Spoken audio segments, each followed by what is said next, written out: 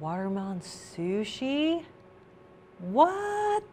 Hey everyone, I'm Abby Sharp. Welcome back to Abby's Kitchen.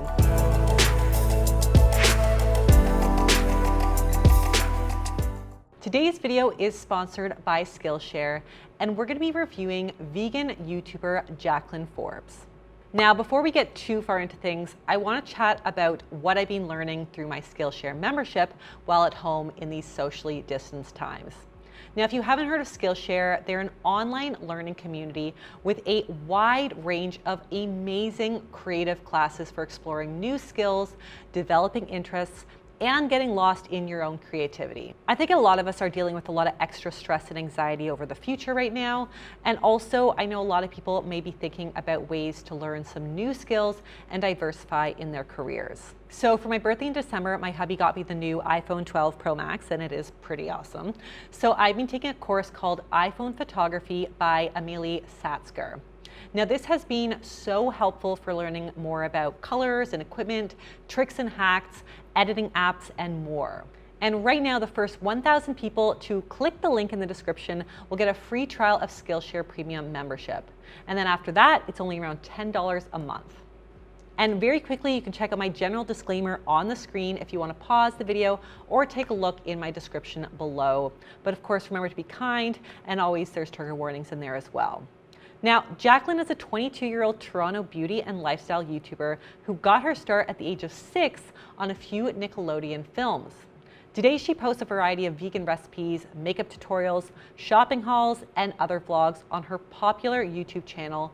And today, we're going to be specifically checking out her most recent What I Eat in a Day on her channel at the time of filming. Please note that we are filming well in advance for the sake of giving my team some time off during the holidays. So if this one is not her most recent one, don't crucify me. Leave Benny alone! I'll also be speaking to general patterns later on as well.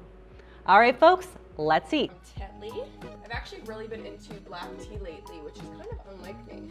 I'm gonna do a little packet of stevia. Maple syrup also is fire in your black tea as well, FYI.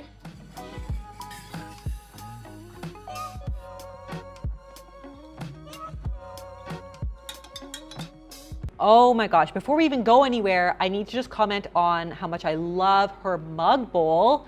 It's like a bowl. I mean, this is just a baby mug. This is not even a good mug. At home, that is how I do it too. I mean, only the biggest mugs will do. All right, let's see what she's actually gonna eat. Okay, so I'm gonna go natural peanut butter on one and then crunchy almond butter on the other. That's exactly what I'm struggling with right now. Okay, I'm just deciding that this one is gonna be the uglier toast. And then this is the one that just needs major help. Okay, that looks a little unwell. There she is, a little brekkie. Oh man, yep. I effing love figs. And the jammier, the better. But also this looks great. We've got a nice balance of fiber, protein, healthy fats, and carbs. And I love the sensory experience that we have going on here. So she's done one slice with smooth almond butter, the other with crunchy peanut butter, and combined with those sweet, juicy, jammy figs.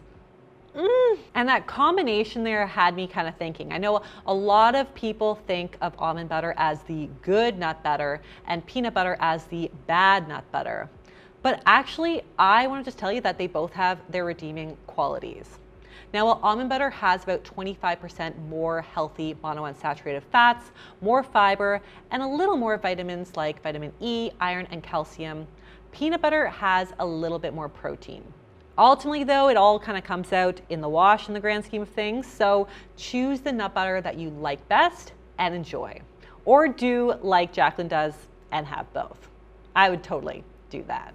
Let's see what's next. Actually, to be honest, like not that hungry right now because I've just been in the house all afternoon. But I do have like an hour-long meeting coming up and then a back-to-back phone call. So I just am not gonna have time to eat. And I know I will be hungry.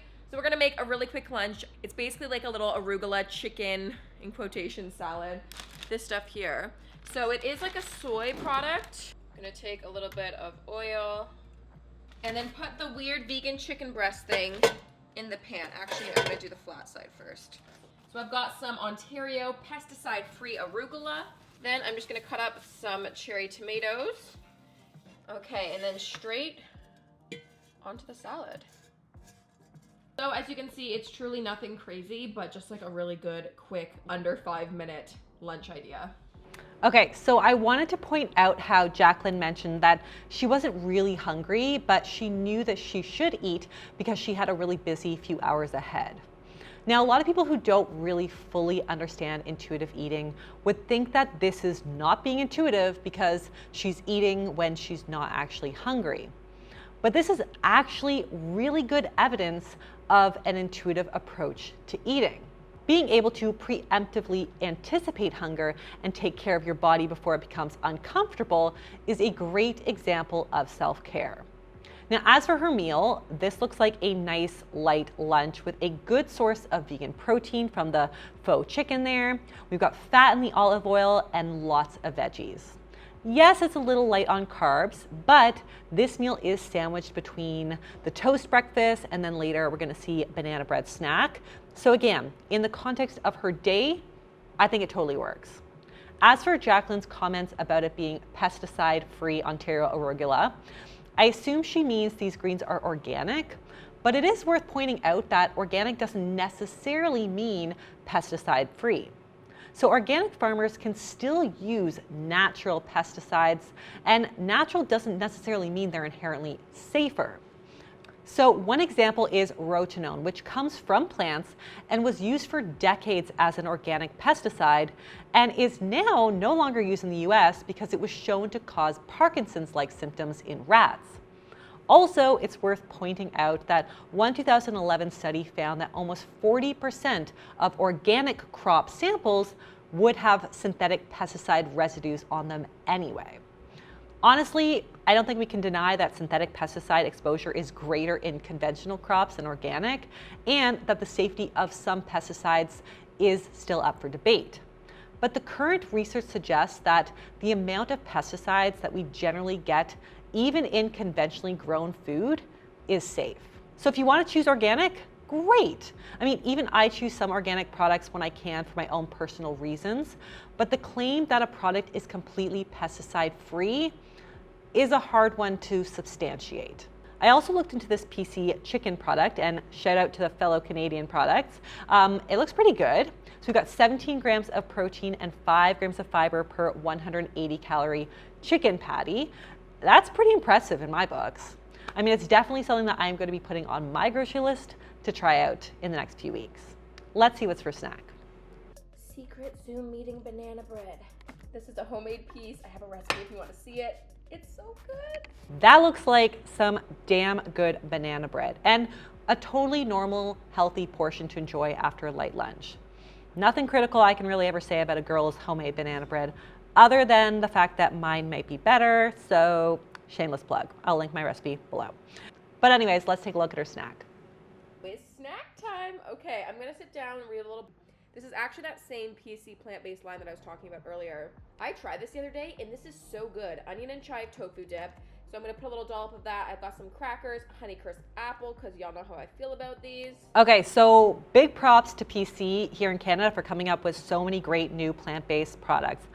Also, love me a good onion dip. And this one I looked up, it has some great fat and protein from the tofu to pair with the fiber-rich carbs in the apple and Triscuits. And if you're looking for a solid whole grain cracker that doesn't taste like cardboard, Triscuits actually have 3 grams each of protein and fiber per serving. So yeah, that looks like an awesome snack. Let's take a look at what she has next.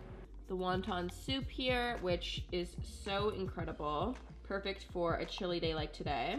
And then I've also got some rainbow rolls here, which they actually do like a watermelon salmon. So these guys too, it's like watermelon, which looks so crazy because it looks like it's actually real fish, but obviously it isn't. So that is gonna be the feast tonight. It sounds just so good. Okay, super fun. So after her run, Jaclyn ordered sushi from Planta on Queen, which I can vouch is pretty great. Expensive, like that roll right there is $15 expensive, but they do have some unique, innovative options for plant-based folks. I also agree that the use of watermelon as salmon is pretty freaking genius, like mind blown. But because we're really just getting veggies, fruit, and some rice, it does make for a pretty carb-rich meal without a whole lot else. So, Jaclyn, if you're ordering from Planta again, I would suggest maybe swapping one of the sushi orders for something like the Hakka noodles with curry and tofu, or the XO tofu. And that way we get a little bit more fat and protein to bump the satiety factor up. All right, folks, let's move on to the stats. And trigger warning, I am about to talk calories and numbers, so feel free to skip ahead. But looking at this day, plus a few others that I analyzed for comparison, Jaclyn's getting somewhere between 1,900 and 2,500 calories, and she's meeting her needs for most macro and micronutrients from food alone. Her fiber intake is also totally within range, which very adequate, but also not overboard like some of the vegan influencers that I've previously reviewed. So that's great. And as for nutrients that she isn't fully getting through food, like vitamin B12, vitamin D, calcium, for example, she's likely filling those gaps with her supplements, as she does discuss her supplement regime at length in one of the videos that I watched. Now let's talk about what I really like here. So I think one of the reasons Jaclyn's analysis was so glowing was because she eats a variety of foods. Most of the influencers that I review have the same breakfast, same variation of a lunch, and the same snacks day after day. And hey, I too am a creature of habit, so I know that this is also kind of a personality thing for a lot of us, and it's also a time-saving thing for others for making meal prep easier and faster for busy weeks. But when you just wing it in the kitchen like Jaclyn, you get the benefit of balance baked into your meal. So for example, since I watched a few of her What I Eat in a Day videos, I noticed that she would use flax oil one day and olive oil another day to yield completely different fatty acid profiles. Same with having oats one day for breakfast, or toast for another, or tofu versus lentils for dinner. Variety is the spice of life, and I think we can learn a lot about flexibility from watching Jaclyn cook. I also think that her meals are simple and accessible and hinge on a nice balance of convenient grocery store shortcuts and fresh homemade ingredients. So these are meals that most people looking to eat more plant-based could totally work into their routine. Now let's talk about some simple strategies that I think Jaclyn could use to really optimize her meals and snacks. First of all, I can't really say that I have a whole lot to critique here. I think even though her lunch was a little low carb and her dinner was maybe a little low protein, in the context of the whole day, everything balanced itself out, and ultimately that's all that matters. In fact, it wouldn't matter that much if you had a super low protein, high carb day, as long as we were getting those nutrients later on in the week. But if she wanted to optimize individual meals, she could throw her salad into like a pita, or add in some quinoa or rice, or add a tofu dish to her sushi order to bulk that up. Now let's talk about Jaclyn's relationship with food. Honestly, I'm just gonna say it, I think Jaclyn is one of the best vegan YouTubers out there right now. Not only is she adorable and down to earth and a pleasure to watch, I think she proves that eating plant-based does not need to be restrictive, inaccessible, overly expensive, time-consuming, or just like massive bowls of kale. She eats normal, balanced portions of a wide range of plant-based foods, and she's not cutting out full food groups or volume eating massive bowls of raw veg or completely avoiding fun foods and sweets.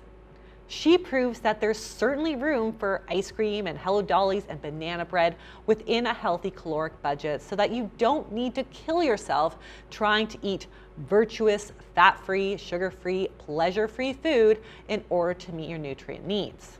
I also just love that she shares a solid balance of laid-back assembly meals and snacks and some inspiring homemade recipes on her channel, especially in her Bake with Jack series. From apple crisp to peanut butter cookies to the most insanely delicious looking Hello Dollies, I love that Jaclyn is all about normal, simple, everyday recipes that she's adapted from her mom, but just veganized. The way she talks about her meals also suggests a really healthy relationship with food and a genuine desire to just fuel her body and her soul with food that feels good to eat. She's not preachy or dogmatic in her approach, and when she does talk nutrition, she adds a disclaimer that she's not a doctor, she's not an RD, and that her followers should get their blood work done and speak to their doctor before starting any regime. So for those reasons and so many more, namely the fact that she always looks so damn glam, and I am jealous of anyone who has time to apply eyeshadow primer and feed themselves delicious looking food. Yeah, I miss my 20s. But anyways, what I'm saying is that for so many reasons, I think you should totally give this girl a follow and a watch and a solid thumbs up. We need more YouTubers in the plant-based space like Jaclyn. So on that note, that is all that I have for you guys today. Thank you again to Skillshare for sponsoring this video. If you liked it, be sure to give it the thumbs up, leave me a comment below, and subscribe to the channel.